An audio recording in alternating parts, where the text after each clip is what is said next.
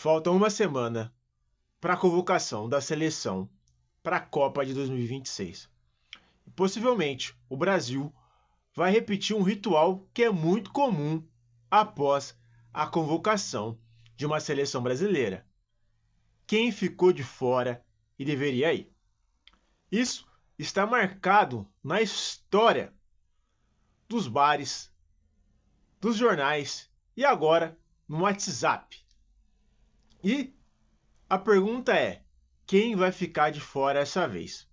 No vídeo de hoje eu vou trazer desde 1982 quem ficou de fora de Copas do Mundo.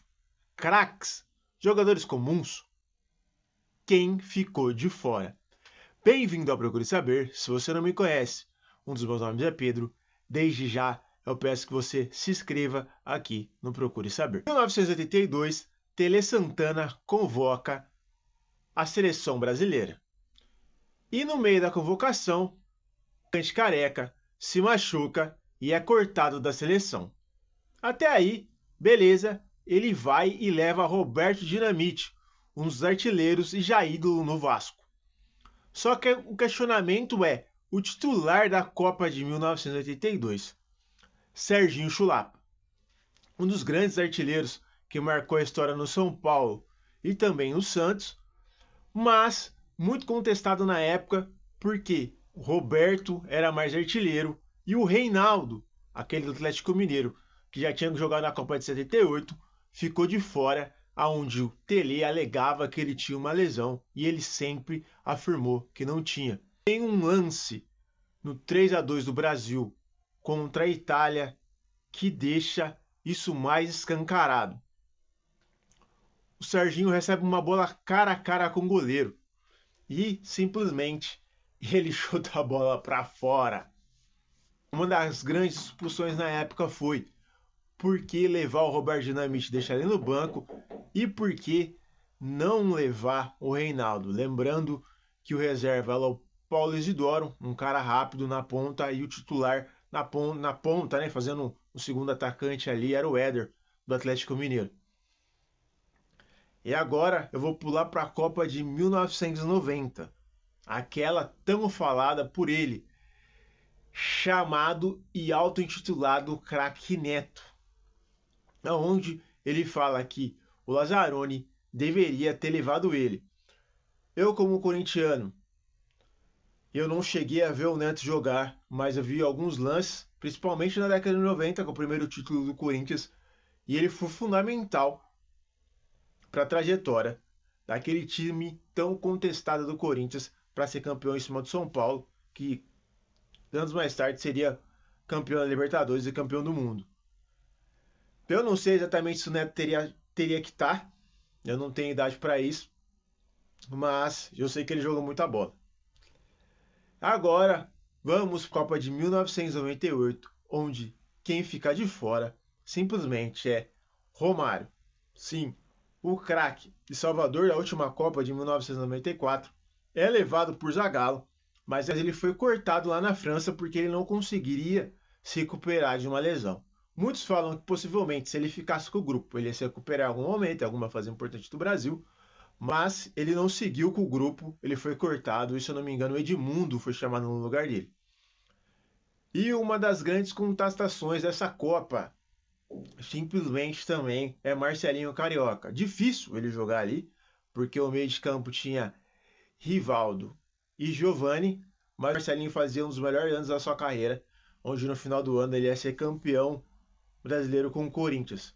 Mas é só uma menção honrosa, porque eu acho ele craque. Ele foi o melhor jogador que eu vi jogar com a camisa do Corinthians, então eu me tornei corintiano por causa dele. Mas é difícil disputar com o Rivaldo, por exemplo. Com o Giovani, talvez daria para disputar, mas Giovani foi um bata de um craque também. Agora, vamos para Alex e Djalminha. O Djalminha ficou de fora exatamente pelo temperamento dele, né? Ele simplesmente deu retada no treinador. Ele era um cara que estava na lista final e simplesmente o Kaká foi no lugar dele. E o Alex perdeu a vaga para o Ricardinho, que não só ganhou a vaga do Alex, ganhou a vaga do Juninho Pernambucano, do Zé Roberto foi escolhido o reserva. Entrou em um jogo, acho que se eu não me engano. Mas o Alex talvez seja um dos grandes injustiçados dentro do futebol brasileiro de não ter jogado na Copa do Mundo também, porque ele foi craque. Já em 2006, ele já estava no Fenerbahçe deitando e rolando, mas ninguém lembrou dele também. Em 2010, pouco lembrado, mas um cara que fazia um bom ano e seria a esperança do futebol brasileiro mais tarde, seria Alexandre Pato. Sim, talvez você pense que eu ia falar de Neymar e Ganso, mas isso é batido, todo mundo sabe que o Dunga não quis levar, por escolha dele, mas o Alexandre Pato fazia um bom e vivia um bom momento no Milan. E ele era tido como sucessor do Ronaldo. E ele não apareceu em nenhuma Copa do Mundo, era um desejo dele. Ele talvez seja um dos maiores talentos desperdiçados que eu já vi. Porque ele não conseguiu aproveitar aquilo que o começo da carreira dele demonstrou pro mundo. É só você ver os melhores momentos dele aí. Tem cara que você vê o melhor momento e fala, é só corte, mas realmente o Pato foi um cara acima da média em um determinado período. E vamos para 2014, onde ele, Ronaldinho Gaúcho, tinha esperança de ir para a Copa. Não só ele, mas o Robinho também tinha esperança de ir para a Copa. O Ronaldinho, acho que fazia um excelente ano no Galo. Ele seria campeão da Libertadores. Tinha uma apelação nacional pelo nome dele, porque ele é Ronaldinho Gaúcho. Não tinha explicação clara, já que ele não tinha ido para a Copa de 2010. A explicação era que o Dunga não gostava dele. Em 2010 era o Filipão, que já tinha treinado ele. E não levou o Ronaldinho Gaúcho. Então, é um cara que se discutiu por muito tempo em mesas de bares se deveria ir. 2022. A constatação é Gabriel Barbosa, vulgo Gabigol, voando no Flamengo, não tinha oportunidade na seleção brasileira de Tite. E vamos lembrar daquele fatídico canto dele: eu já jogo numa seleção, o Tite vai. Então, ele com certeza também cavou a vaga dele fora da seleção, mas também é um cara que não foi mais lembrado para nenhuma Copa, apesar de, se futebol é momento, naquele momento, Gabriel poderia nos ajudar. E agora, em 2026, uma semana antes, a grande pergunta é: Neymar Júnior irá para a Copa do Mundo? Ele é um dos grandes nomes do futebol brasileiro dos últimos anos. Possivelmente, muitos dizem que é atrás do Pelé. Eu já vi outros caras jogarem. Eu não sei se é exatamente isso, mas os números deles mostram que ele é um cara muito relevante dentro da seleção brasileira. Nesse momento é de se perguntar se seria bom ou não levar o Neymar. Porque a gente sabe que ele é um grande jogador. Mas a pergunta é, ele aceitaria ficar no banco? Porque tem jogos que talvez ele não vai aguentar a intensidade. Ele aguentaria não ser convocado? Qual que será o pós-convocação do Ancelotti caso não leve o Neymar? Será que ele vai dar um fim na carreira? Será que ele vai optar por ir para outro lugar ou ele vai continuar no Santos? É um dos grandes questionamentos que se tem dentro do futebol brasileiro. E também, outro cara que a gente não pode deixar de lembrar e foi meio que colocado de fora pelo Casemiro, um caso curioso, né? Foi o Endrick. O Endrick é, de longe, um dos melhores atacantes que a gente tem dentro do futebol brasileiro. O moleque faz gol de esquerda, gol de direita. Ele tem um brilho que um toque na bola ele faz um gol.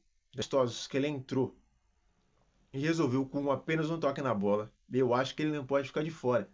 Ainda mais com todo respeito ao Igor Thiago. A gente vai falar do Igor Thiago agora, em 2026. Possivelmente em 2030 a gente vai esquecer do Igor Thiago. O futebol é momento, vai premiar o Igor Thiago? Beleza. Mas o Hendrick, pelo menos, se a gente preservar ele, e se ele tiver cabeça boa, ele tem mais umas 2 Copas pela frente, se não 3. Então fica aí a minha pergunta: qual desses craques foi o mais injustiçado no futebol brasileiro? Qual será a nossa reação se o Neymar for convocado, ele vai jogar todos os jogos? Ele vai ser titular da seleção? A 10 é dele? É isso? Beleza. Ele vai aguentar ficar no banco em alguns jogos? A gente vai ter que preservar ele ao longo da Copa? Comenta aqui no vídeo de hoje.